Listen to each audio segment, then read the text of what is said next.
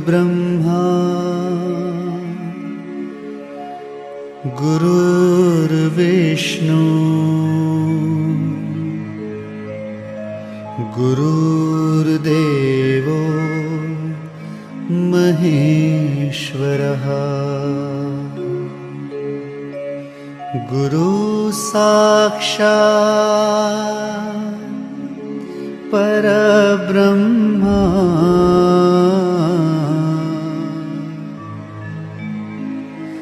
तस्मै श्री गुरुवे नमः।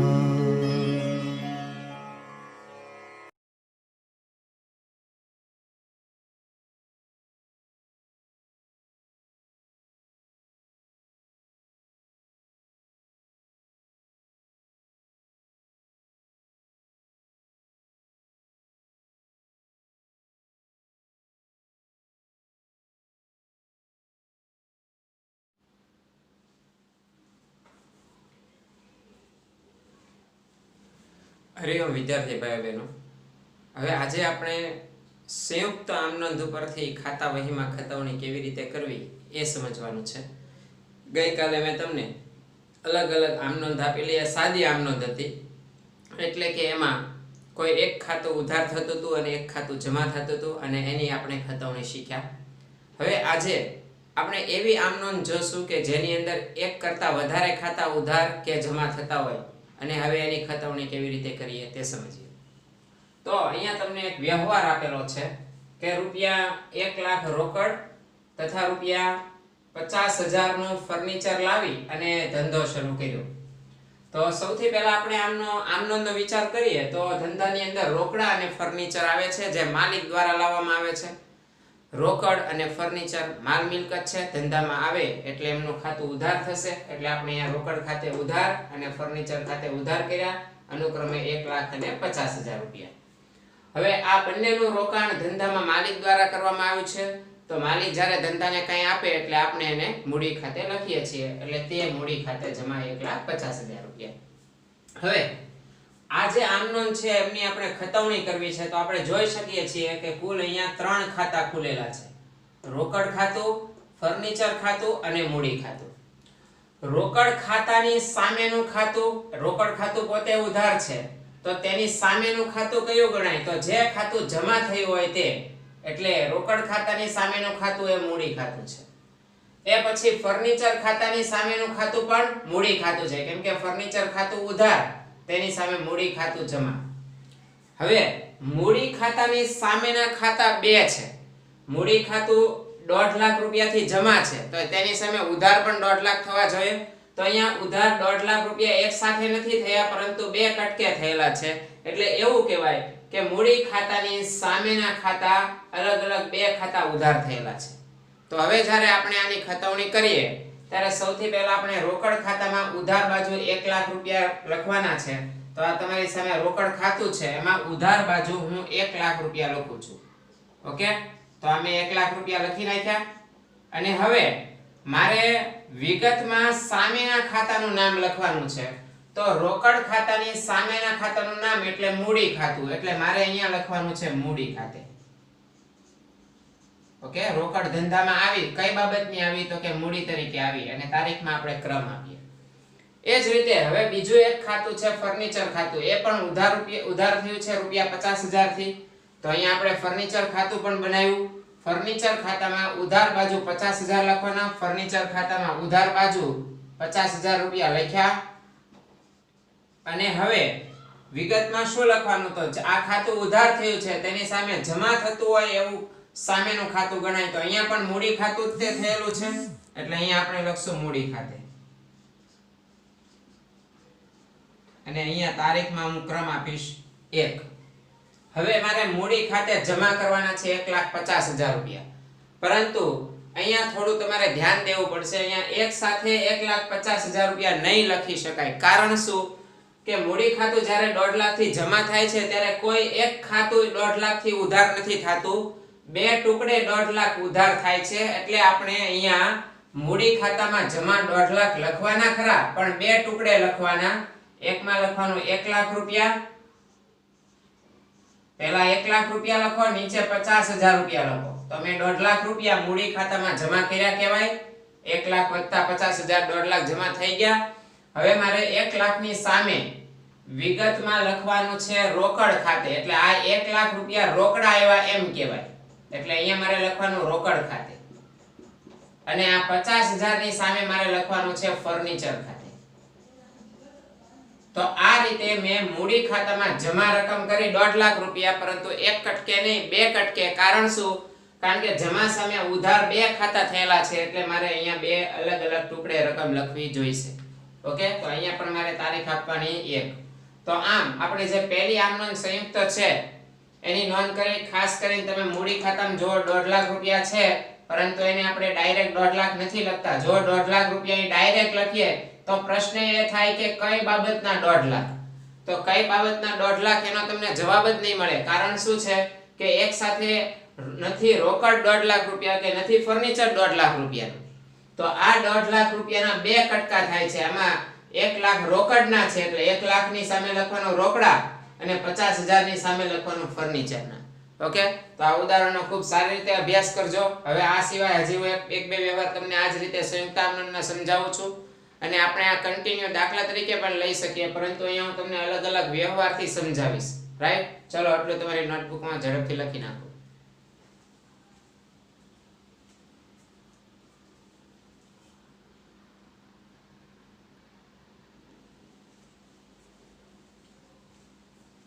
ચાલો વિદ્યાર્થી ભાઈ બહેનો, હવે આપણે એક બીજો વ્યવહાર લઈએ. તમે આ સંપૂર્ણ દાખલાનો એક ભાગ સમજી શકો. આપણો પહેલો વ્યવહાર આપણે જોયું કે 1 લાખ રૂપિયા મૂડી તરીકે અને 50,000 રૂપિયા 1 લાખ રૂપિયા રોકડા અને 50,000 રૂપિયા ફર્નિચર મૂડી તરીકે ધંધામાં લાવ્યા. હવે બીજો વ્યવહાર જોઈએ તો 1,500 રૂપિયા પગાર તથા 2,000 રૂપિયા મજૂરી ચૂકવી, આવો એક વ્યવહાર છે. તો હવે આપણે પહેલાની આમ નોંધ લખીએ તો આ બંને ખર્ચ છે, ખર્ચ ઉધાર થાય, એટલે અહીંયા હું આમ નોંધ લખું છું. આમ નોંધ તમને હવે આવડવી જ જોઈએ.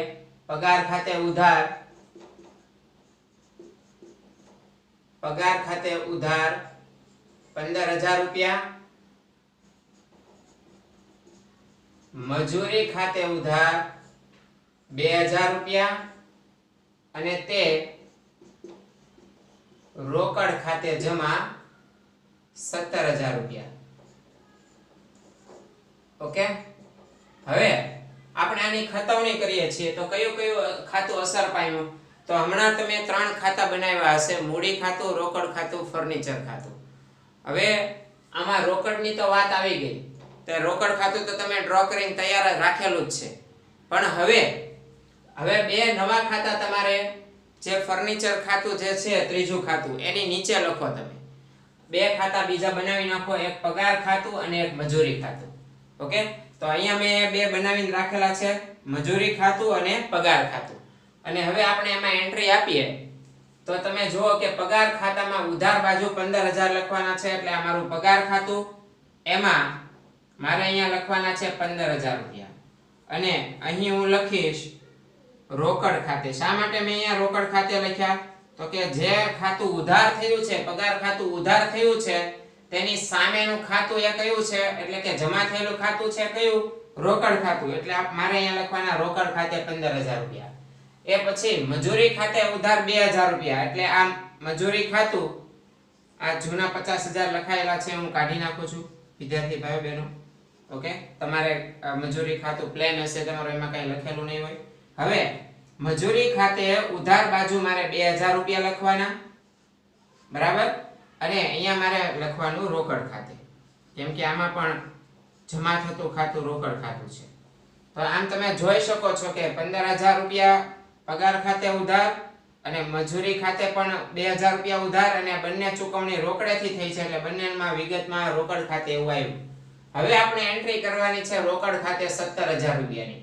પણ 17,000 રૂપિયા એક સાથે નહીં લખી શકો, કારણ કે 17,000 ની સામે ઉધાર 17,000 થવા જોઈએ, તો એ બે ટુકડે થયેલા છે, એટલે આપણે રોકડ ખાતામાં જમા બાજુ 17,000 લખવાના, પણ બે કટકે લખવાના. એટલે હું રોકડ ખાતામાં બે કટકે 17,000 લખીશ, એક 15,000 અને એક 2,000. તો આ થઈ ગયા રોકડ ખાતે જમા 17,000 રૂપિયા.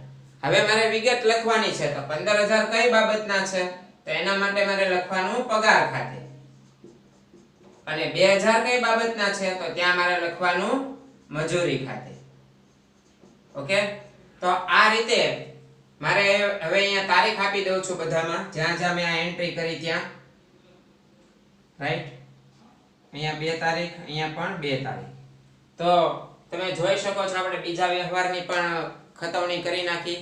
આમાં ધ્યાનથી જો રોકડ ખાતે 17000 છે, પણ અહીંયા આપણે 2 ટુકડે જમા કર્યા. જો જમા થયા રોકડ ખાતામાં જમા 17000 જ થયા, પણ એક સાથે 17000 નહીં. કારણ શું? કારણ કે અહીંયા એક સાથે ઉધાર 17000 નથી થયા. જમા સામે ઉધાર 17000 હોય તો અહીંયા કોઈ એક જ ખાતાનું નામ આવે. એઝ ફોર એક્ઝામ્પલ અહીંયા માત્ર આવી એન્ટ્રી હોય, પગાર ખાતે ઉધાર તે રોકડ ખાતે જમા 15000 રૂપિયા, તો આપણે અહીંયા માત્ર 15 લખત ને અહીંયા લખત પગાર ખાતે. પરંતુ અહીંયા 2 ખાતા ઉધાર છે એટલે 17000 2 ટુકડે રકમ લખવી પડશે. ઓકે, તો આ રીતે આપણે બીજો જે સંયુક્ત વ્યવહાર છે એની આમ નોંધ અને ખતવણી જોઈ. રાઈટ, તમે તમારા નોટબુકમાં આટલું કોપી કરી નાખો. આ પછી હવે આપણે સમજવાનું છે કે રોકડ મેળ ઉપરથી ખતવણી કેવી રીતે થાય, તો એનું ટૂંકમાં અભ્યાસ આપણે કરવાનો છે. પ્લીઝ આ લખી નાખો.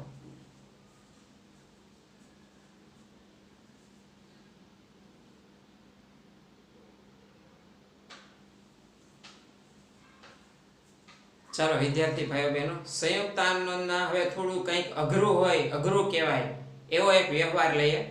આ વ્યવહાર આ પ્રમાણે છે: ₹50,000 રોકડા, ₹20,000 નું ફર્નિચર તથા ₹30,000 ના લેણદારો લાવી ધંધો શરૂ કર્યો. હવે વિદ્યાર્થી ભાઈઓ બહેનો એક વસ્તુનું ધ્યાન રાખો કે જ્યારે ધંધાનો માલિક કોઈ મિલકત ધંધામાં લાવે તો તેનાથી તેની મૂડી વધે, પરંતુ કોઈ દેવું ધંધામાં લાવે તો એનાથી તેની મૂડી ઘટે છે. હવે મૂડીનું ઘટવું એટલે મૂડી ઉધાર થવી, અને મૂડીનું વધવું એટલે મૂડી જમા થવી. આ વસ્તુ યાદ રાખજો. અહીં રોકડા અને ફર્નિચર ધંધામાં આવે તો એનાથી એની મૂડી વધે છે, એટલે કે આ બંને ખાતા ઉધાર થાય અને મૂડી ખાતું જમા થાય. બરાબર, પણ તેની સામે જ્યારે 30,000 ના લેણદારો ધંધામાં આવે ત્યારે મૂડી ખાતું ઉધાર થાય અને લેણદારોનું ખાતું જમા થાય. આ વસ્તુ યાદ રાખજો. પરંતુ આપણે એક જ આમનોંધમાં આ બધું લખવાનું છે. એ કેવી રીતે લખાય એ ધ્યાનથી સમજો. આની આમનોંધ તો તમને મેં શીખવાડી દીધેલી જ છે. ધંધામાં આ બંને મિલકત છે, મિલકત ધંધામાં આવે એટલે જે તે મિલકતના ખાતા ઉધાર થશે. આપણે અહીંયા લખશું આમનોંધ. ઓકે, તો અહીંયા હું લખીશ રોકડ ખાતે ઉધાર, રોકડ ખાતે ઉધાર ₹50,000. મૂડીના ધંધો શરૂ કરતી વખતે જે આમનોંધ લખવાની હોય એમાં આવા વ્યવહારો મેં તમને શીખવાડેલા છે. એ પછી ફર્નિચર ખાતે ઉધાર,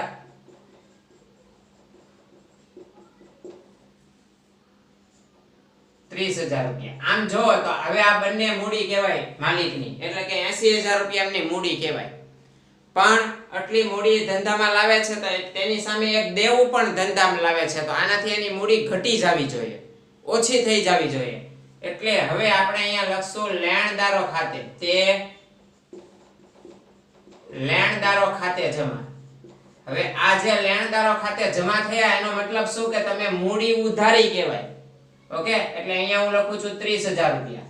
તો હવે જો પહેલા આપણને એવું લાગતું હતું કે 80,000 રૂપિયા મૂડીના, પણ સોરી અહીંયા મારે 20,000 રૂપિયા લખવાના છે. ઓકે, પહેલા આપણને એવું થતું હતું કે 70,000 રૂપિયા મૂડી તરીકે છે, પણ એની સામે લેણદારો નામનું એક દેવું પણ ધંધામાં આવી ગયું. આનો અર્થ એવો થાય કે મૂડી એટલા પ્રમાણમાં ઘટી ગઈ, એટલે કે 30,000 જેટલી મૂડી ઘટી ગઈ. તો હવે અહીંયા મારે લખવાનું તે મૂડી ખાતે જમા. તે મૂડી ખાતે જમા 70 માંથી 30 જાય એટલે કેટલા? 40,000 રૂપિયા. હવે આની ખતવણી કેવી રીતે થાય ખૂબ જ અગત્યનું છે, સમજો બરાબર. એક તો આમાં આ બંને ખાતાનું વિરોધી ખાતું મૂડી ખાતું ગણાય, અને લેણદારોમાં પણ વિરોધી ખાતું મૂડી ખાતું ગણાય. કારણ કે ધંધામાં લેણદારો આવે એનાથી મૂડી ઘટે છે. લેણદારોનું ખાતું જમા થઈ ગયું કહેવાય અને મૂડી ખાતું ઉધાર થઈ ગયું કહેવાય. મૂડી ખાતું ઉધાર ખાતું તમને વસારામાં તમે મૂડી ખાતું ક્યાં ઉધાર કર્યું? એક્ચ્યુઅલી મેં મૂડી ખાતું ઉધાર કરી નાખ્યું છે. કેવી રીતે? શરૂઆતની મૂડી 70,000 હતી, એમાંથી 30,000 રૂપિયા લેણદારોની મૂડી આપણે ઓછી કરી નાખી, તો મેં મૂડી તરીકે 70 નથી લખ્યા પણ 40 જ લખ્યા છે. આનો અર્થ મેં મૂડી ખાતું ઉધાર કરી નાખેલું ગણાય.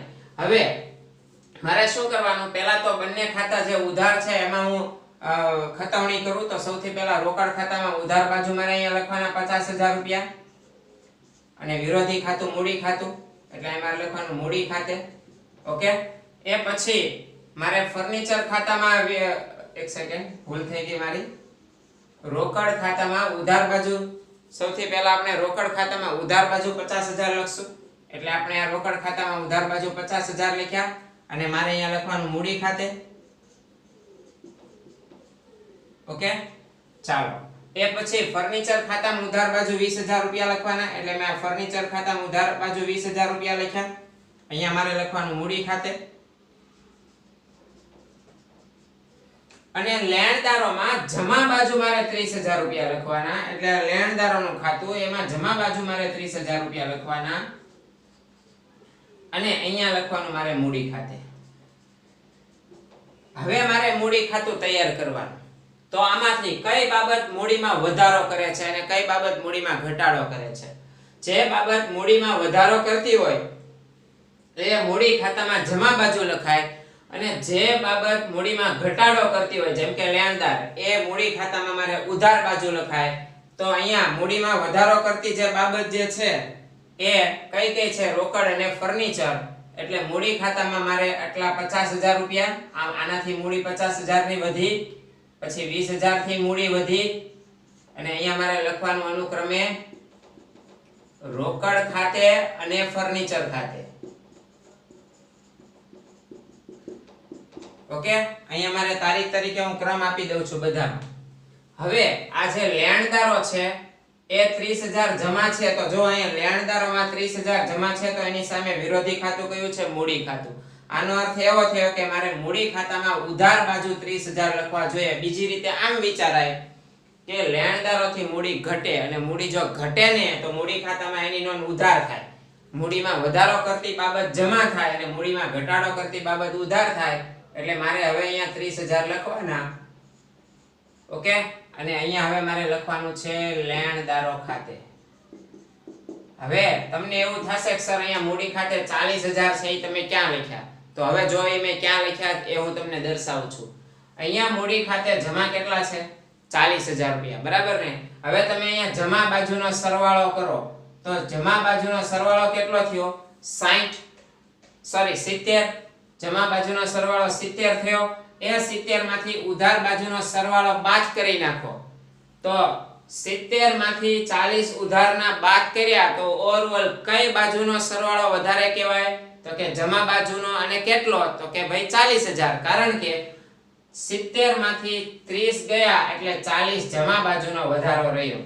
ઓકે, તો આ રીતે મેં ઓવરઓલ મૂડી ખાતામાં જમા બાજુ 40,000 લખ્યા કહેવાય. જુઓ તમે અહીંયા 70 અને અહીંયા 30 તો ઓવરઓલ કઈ બાજુ રકમ વધારે છે? જમા બાજુ. અને કેટલી રકમ વધારે છે? 40,000. એટલે કહેવાય કે તે મૂડી ખાતે જમા 40,000 રૂપિયા. તો આ રીતે આપણે મૂડી ખાતામાં જમા 40,000 કર્યા કહેવાય. આ સૌથી વધારે અઘરું છે. વ્યવસ્થિત આને તમે તમારી નોટબુકમાં લખી નાખો. હજી પણ આપણે એક ધંધો શરૂ કરતો વ્યવહાર હોય એની ખતવણી કરતા શીખવાનું છે. રાઈટ? ચાલો.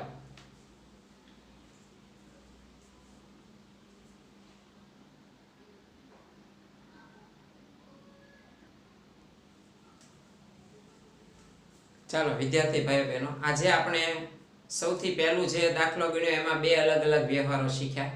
ઓકે, એ પછી બીજો દાખલો ભણ્યા એમાં હમણાં જ મેં તમને એક મૂડીની સંયુક્ત આમનોંધ શીખવાડી કે જેમાં લેણદારોની પણ બાબત હતી. અને હવે આજનું આ ઉદાહરણ કે દાખલા નંબર 3 છે. હવે એમાં વ્યવહાર આ રીતે છે કે ₹50,000 રોકડા, ₹20,000 નું ફર્નિચર તથા ₹30,000 ની 10% મહેશની લોન લાવીને ધંધો શરૂ કર્યો. તો હવે આમાં ખાસ યાદ રાખજો, આ બંને વસ્તુ ઘરેથી લાવીએ છીએ એટલે આ ઘરના નાણાં છે તો આ આપણી મૂડી કહેવાય. મૂડી કેટલી? 50,000 અને 20,000. આ આપણી 70,000 ની મૂડી. સાથે સાથે આપણે રોકડા 30,000 રૂપિયા લાવીએ છીએ પણ એ ઘરના નથી, એ લોન સ્વરૂપે લાવીએ છીએ. એટલે ધંધામાં કુલ અત્યારે 80,000 રોકડા આવે છે. 50,000 ઘરેથી અને 30,000 લોન થી. આમ કરીને ધંધામાં 80,000 રોકડા આવે છે. એટલે આપણે આમ નોંધમાં લખશું રોકડ ખાતે ઉધાર. રોકડ ખાતે ઉધાર 80,000 રૂપિયા. ઓકે, હવે ધ્યાનથી સમજો, ખૂબ જ હાર્ડ છે, જો ધ્યાન નહીં આપો તો નહીં આવડે. આ 80,000 કેવી રીતે છે તો ફરીથી કહી દઉં, 50,000 આ મૂડીના છે, ઘરેથી લાવ્યા, અને આ 30,000 એ લોનના છે. ઓકે, આ ભૂલતા નહીં. હવે બીજું ઘરેથી લાવ્યા છીએ ફર્નિચર ખાતે, એટલે અહીં લખીએ છીએ ફર્નિચર ખાતે. ઘરેથી ફર્નિચર લાવ્યા, ફર્નિચર ખાતે ઉધાર 20,000 રૂપિયા, બરાબર. અને તે મૂડી ખાતે, હવે મૂડી ખાતે કેટલા રૂપિયા વિચારો તો. મૂડી ખાતે આપણે કેટલા રૂપિયા લખશું? શું આ બધા લખી નાખશું? નહીં, બધા નહીં લખીએ. આમાંથી આપણે જેટલું ઘરેથી લાવ્યા છે એ જ મૂડી ખાતે લખાય, એટલે માલિકની પોતાની મૂડી હોય એ જ લખાય અહીંયા. તો અહીંયા લખશું 70,000 રૂપિયા. એમાં 50 રોકડા અને 20,000 નું ફર્નિચર આવી ગયું. અને બાકીના લોન એ આપણું દેવું છે, એટલે તે લખશું તે 10%ની મહેશની લોન ખાતે. આ 10% એ શું તો કે ભાઈ વાર્ષિક 10% લેખે વ્યાજ ચૂકવવાનું. હજી તો લોન લીધી છે, અત્યારે કઈ વ્યાજ ચૂકવવાનું નથી. હવે આપણે કુલ કેટલા ખાતા ખોલવાના આવશે? રોકડ ખાતું, ફર્નિચર ખાતું, મૂડી ખાતું અને 10%ની લોનનું ખાતું. તો અહીંયા 10%ની લોનને બદલે ખાલી લખશું મહેશની લોનનું ખાતું. તો આપણે 4 ખાતા ખોલી નાખ્યા, મૂડી ખાતું, રોકડ ખાતું, ફર્નિચર ખાતું, ઓકે, અને મહેશની લોનનું ખાતું. હવે આપણે ખતવણી શરૂ કરીએ એ પહેલા વિચારવાનું છે કે કઈ રીતે આપણે આમાં નોંધ કરશું. અહીંયા કુલ 80,000 રૂપિયા રોકડની આવક થઈ છે, પણ બધી કોઈ એક બાબતની નથી. 80,000 રૂપિયા મૂડીના નથી. આમાંથી 50,000 રૂપિયા મૂડી તરીકેના છે અને 30,000 રૂપિયા લોન તરીકેના છે. એટલે આપણે રોકડ ખાતામાં 80,000 ઉધાર કરવાના છે, પણ બે કટકે કરવાના છે. એક છે 50,000 રૂપિયા, આ મેં રોકડ ખાતે ઉધાર કર્યા. એ પછી 30,000 રૂપિયા બીજા ઉધાર કર્યા. આ બંને રોકડ ધંધામાં આવી. એકમાં લખશું મૂડી ખાતે, કારણ કે આ ઘરના નાણાં છે. અને બાકીના 30,000 રૂપિયામાં લખશું 10%ની મહેશની લોન ખાતે, અથવા તો ખાલી લખશું મહેશની લોન ખાતે. મહેશની લોન ખાતે. એટલે આના ઉપરથી આપણને સમજ પડી જાય 50,000 રૂપિયા ઘરેથી લાવ્યા છે અને 30,000 રૂપિયા આપણે લોન સ્વરૂપે લાવ્યા છે. તો રોકડની એન્ટ્રી થઈ ગઈ. હવે ફર્નિચર ખાતામાં ઉધાર બાજુ 20,000 રૂપિયા લખવાના. તો ફર્નિચરમાં ઉધાર બાજુ 20,000 લખીએ તો આ 20,000 કઈ બાબતના છે? ધંધાના માલિક પોતે પોતાનું અંગત ફર્નિચર ધંધામાં લાવ્યા છે, ખરીદ્યું નથી. તો માલિક જ્યારે ધંધામાં લાવે તો એ શેના હોય? મૂડીના. એટલે આપણે અહીં લખશું મૂડી ખાતે. ઓકે, એ પછી હવે આપણે આ જે 30,000 રૂપિયા મહેશની લોન ખાતે લખ્યા છે, એમાં અહીંયા જો મહેશની લોનનું ખાતું જમા 30,000 રૂપિયા આપણે લખવાના બાકી છે, તો એ મેં લખી નાખ્યા. રાઈટ, અહીંયા રોકડમાં આવી ગયા ને 50 + 30, તો અહીંયા 10%ની મહેશની લોન ખાતે પણ જમા કરવું પડશે 30,000 રૂપિયા. હવે આપણે મૂડી ખાતામાં એન્ટ્રી કરીએ તો તમે જોઈ શકો છો મૂડી તરીકે આ બે વસ્તુ જ છે. એટલે મૂડી ખાતે જમા કેટલા થવા જોઈએ? 70,000 થવા જોઈએ. તો હું મૂડી ખાતામાં જમા બાજુ 70,000 લખું, પરંતુ બે કટકે લખવા પડશે. એક 50,000 રૂપિયા અને એક 20,000 રૂપિયા, જે ધંધામાં આપણે લઈ આવ્યા છે તે બંને વસ્તુ. એટલે અહીંયા હું લખીશ 50,000 રૂપિયા, અહીંયા હું લખીશ 20,000 રૂપિયા. આ થઈ ગયા મૂડી ખાતે જમા. એમાં અહીંયા લખીશું રોકડ ખાતે, અહીંયા હું લખીશ ફર્નિચર ખાતે. ઓકે, તો થઈ ગયા 70,000 રૂપિયા. હવે મારે શું કરવાનું? હવે મારે મહેશની લોનના ખાતામાં એન્ટ્રી આપવાની છે. તો મહેશની લોનને ખાતે 30,000 રૂપિયા જમા કરવાના. એટલે મહેશની લોનનું ખાતું આ દેવું છે, દેવું હંમેશા જમા હોય. એટલે મેં અહીંયા લખ્યું 30,000 રૂપિયા, પણ લોન તરીકે શું લાવ્યા? તો કે રોકડા લાવ્યા. એટલે મારે અહીંયા લખવું પડશે રોકડ ખાતે. તો તમે ધ્યાનથી જુઓ, જે અહીંયા રોકડ ખાતામાં 30,000 રૂપિયા ઉધાર થયેલા છે, એમાં વિગતનું કયું ખાતું છે? મહેશનું ખાતું. તો મહેશનું ખાતું જમા થાય 30,000 થી. તો જો મહેશનું ખાતું જમા થયું 30,000 થી, એમાં સામેનું ખાતાનું નામ એટલે રોકડ ખાતું. બરાબર. તો આ રીતે આપણે ખૂબ અઘરી કહેવાય એવી બે સંયુક્ત આમ નોંધ હવે જોઈ. કુલ આજે 3 દાખલા આપણે ગણ્યા છે. પહેલા દાખલામાં મેં અલગ અલગ બે વ્યવહારો લખાવરાવ્યા, અને બીજો અને ત્રીજાની અંદર મેં એક વ્યવહાર લખાવરાવ્યો છે. આ હમણાં જે છેલ્લે બે લખાવરાવ્યા એ ખૂબ જ અગત્યના, એનો વારંવાર અભ્યાસ કરજો. સમજ ના પડે તો મને ફોન કરજો. રાઈટ, ચાલો આટલું તમે તમારા નોટબુકમાં ઉતારી નાખો.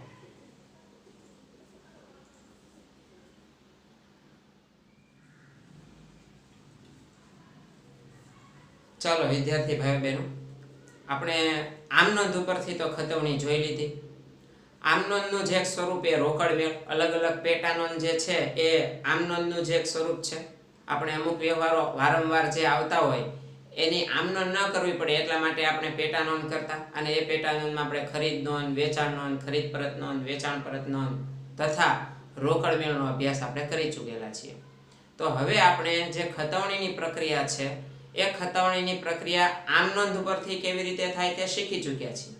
હવે આપણે રોકડ મેળ ઉપરથી ખતવણી કેવી રીતે કરવી તેનો અભ્યાસ કરવાનો છે. તો આટલું યાદ રાખજો વિદ્યાર્થી ભાઈઓ બહેનો કે જ્યારે તમે રોકડ મેળ ઉપરથી ખતવણી કરવાના હો છો ત્યારે રોકડ મેળમાં જે ખાના આપેલા હોય છે એ ખાનાઓમાં લખેલા ખાતાઓ તમારે દોરવાના હોતા નથી, કારણ કે એ ખાતા તમે જ્યારે રોકડ મેળ તૈયાર કરો છો ત્યારે ઓટોમેટિકલી તૈયાર થઈ જાય છે.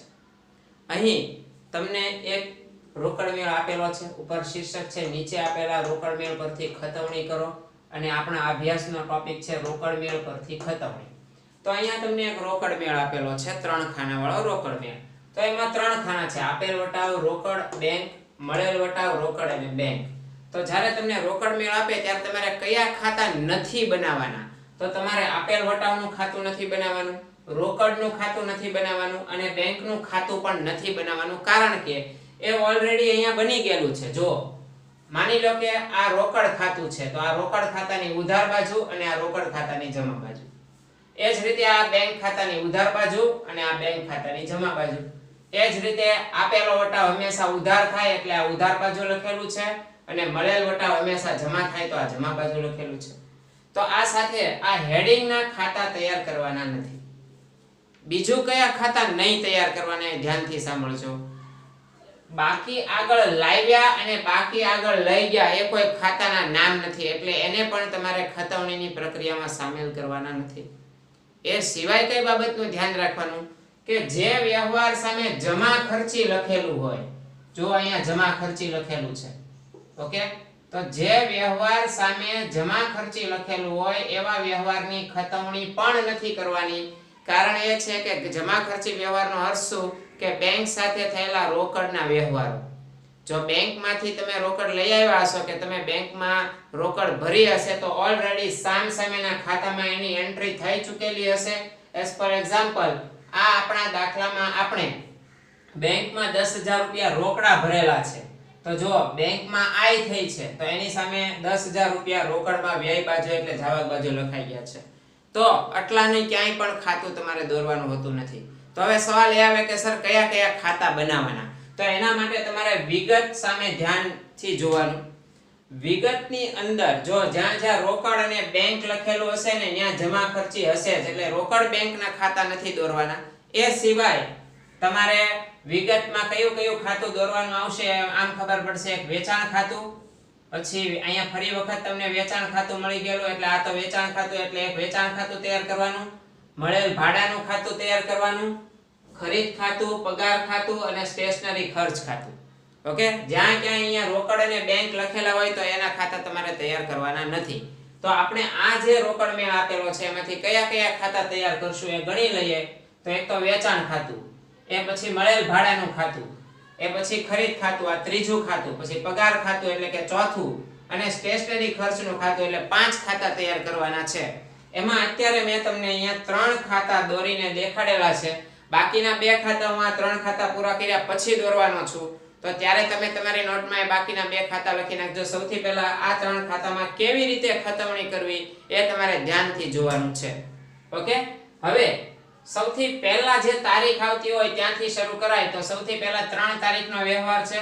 3 તારીખમાં અહીંયા વેચાણ ખાતે લખેલા કેટલા રૂપિયા લખેલા છે વેચાણ ખાતાની સામે? તો 1000 અને 9000, 10,000 રૂપિયા વેચાણ ખાતે લખેલા છે. હવે વિચાર કરો તો આપણે વેચાણ ખાતું હંમેશા જમા થાય કે ઉધાર? એ વિચાર કરો તો આપણે માલ વેચીએ તો વેચાણ ખાતે તમે ઉધાર કરો કે જમા? તો તમે કહેશો સર માલ વેચીએ એટલે માલ જાય, અને માલ જાય તો વેચાણ ખાતું જમા. તો અહીંયા તો રકમ ઉધાર ખાતે લખી, પણ ભાઈ સાંભળો, અહીંયા વેચાણ ખાતામાં ઉધાર નથી થયેલું, અહીંયા આ 9000 રૂપિયા રોકડ ખાતામાં ઉધાર થયેલા છે અને આ આપેલ વટાવના ખાતામાં ઉધાર 1000 રૂપિયા થયેલા છે. એટલે આ બે ખાતા ઉધાર થયા, તેની સામે આ વેચાણ ખાતું જમા થયું. તો આનો અર્થ એવો થયો કે વિગતમાં જે ઉધાર બાજુ લખેલા હશે એ ખાતામાં તમારે જમા બાજુ રકમ લખવાની. તો અહીં તમારે વેચાણ ખાતામાં જમા બાજુ આ બે રકમ લખવાની, કેમ કે અહીંયા એ ક્યાં આપેલા છે? ઉધાર બાજુ. તો આ ખાતામાં રકમ ક્યાં જશે? જમા બાજુ, વિરોધી બાજુ. તો આ વેચાણ ખાતું છે, એમાં 9 + 1 10,000 જમા કરવાના, પણ બે ટુકડે જમા કરવાના.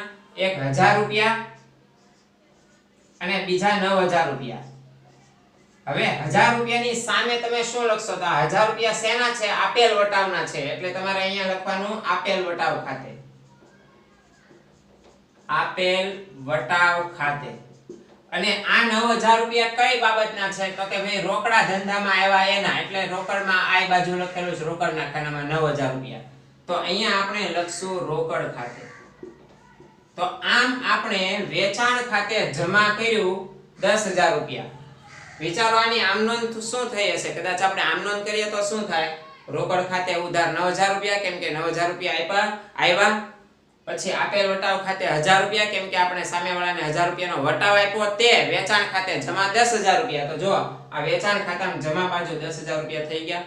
તો આમ આપણે અહીંયા રોકડ, બેંક અને વટાવના ખાતા નથી દોરવાના, એ સિવાયના વિગતમાં રહેલા ખાતા દોરવાના છે. તો એમાં આપણે પહેલા વેચાણ ખાતામાં આ 3જી તારીખની એન્ટ્રી આપણે કરી નાખીએ. એટલે અહીંયા હું લખીશ 3 તારીખ. એ પછી ક્રમમાં આગળ વધીએ તો હવે 3 તારીખ પછી 5 તારીખ આવે છે. તો એમાં ખરીદ ખાતું લખેલું છે.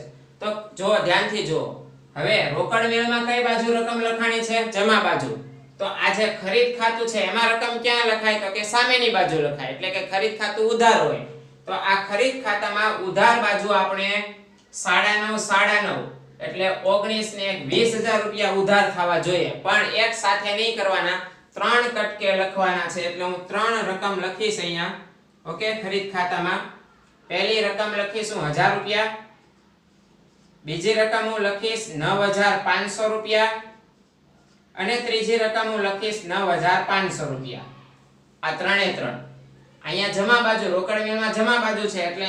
એટલે એનો મતલબ એવો થયો કે રોકડ, બેંક અને મળેલ વટાવના ખાતા જમા. તો એનો મતલબ ખરીદ ખાતું ઉધાર થાય. તો ખરીદ ખાતામાં ઉધાર બાજુ આ લખવાના.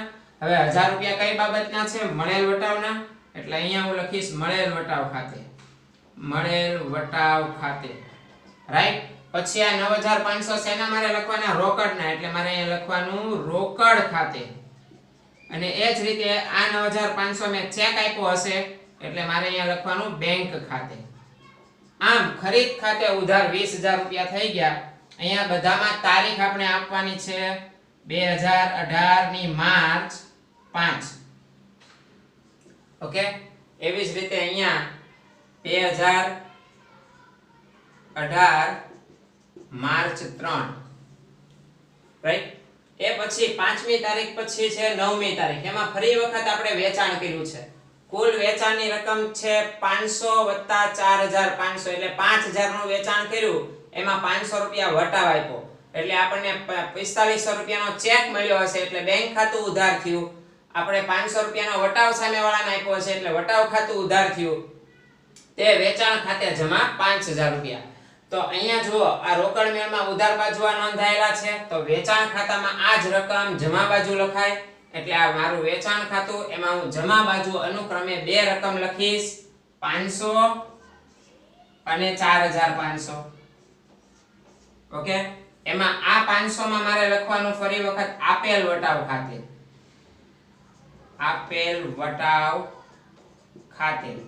આ 4500 માં મારે લખવાનું છે બેંક ખાતે, કારણ કે એનો મને ચેક મળેલો છે. કેમ ખબર પડે? બેંકના ખાનામાં છે એટલા માટે.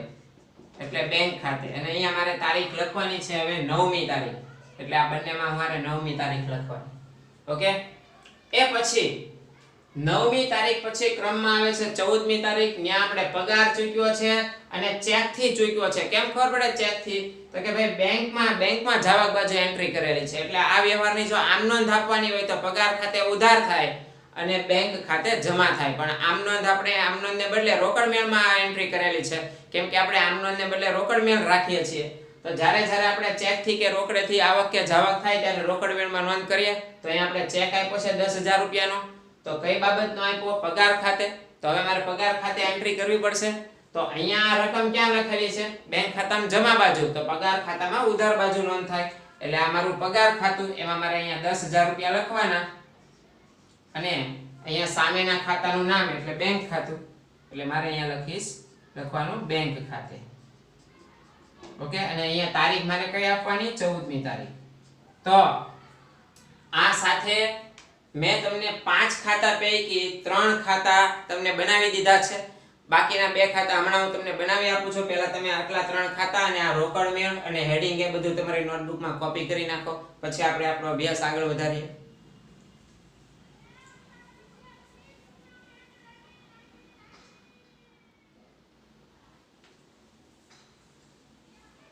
ચાલો વિદ્યાર્થી ભાઈ બહેનો, તમે 3 ખાતા એ સરસ રીતે બનાવી નાખ્યા છે. હવે આગળના આ 2 ખાતા ડ્રો કરવાના છે તમારે.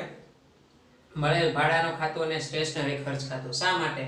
આપણે વેચાણ ખાતું તૈયાર કરી નાખ્યું, ખરીદ ખાતું અને પગાર ખાતું, એમાં એન્ટ્રી થઈ ગઈ છે. હવે બાકીના 2 ખાતા રહ્યા, મળેલ ભાડા ખાતું અને સ્ટેશનરી ખર્ચ ખાતું.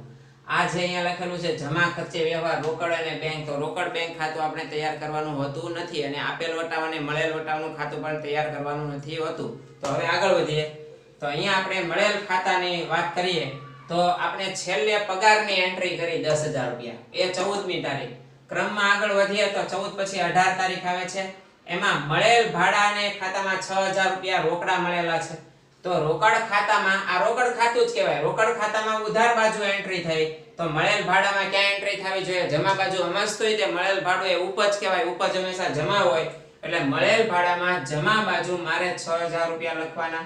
અને આ 6,000 રૂપિયા મને કેવી રીતે મળેલા છે?